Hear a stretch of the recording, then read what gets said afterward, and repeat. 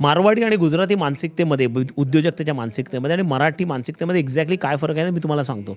माझ्याकडे 2 वर्षापूर्वी एक उद्योग आला होता आणि त्याचं बिचाराचं दुकान जे त्याने टाकलं होतं, जे त्याने फ्लॉवरचं जे बनवलेलं होतं, ते डबघाईला आलं. ते तेवढं चाललं नाही. 1-1.5 वर्षानंतर त्याला उतरती कळायला लागली आणि त्याला लॉसेस व्हायला लागले. परंतु असं असताना सुद्धा त्याची पूर्ण जी कम्युनिटी, त्याचे जे रिलेटिव्ह सगळे होते, त्यांनी सगळ्यांनी थोडे-थोडे पैसे काढून त्याला मदत केली आणि त्याच्यानंतर त्याला पुन्हा उभारी दिली. आज तो सक्सेसफुल बिझनेसमॅन म्हणून पुन्हा एकदा उभा राहिला. हेच उदाहरण जर का तुम्ही मराठीमध्ये बघितलं तर 6 महिन्यापूर्वी माझ्याकडे एक मुलगा आला होता. त्याने मसाल्याचा बिझनेस काढला आणि 6 महिन्यामध्ये तो स्ट्रगल करत होता आणि त्याचं तेवढं चाललं नाही.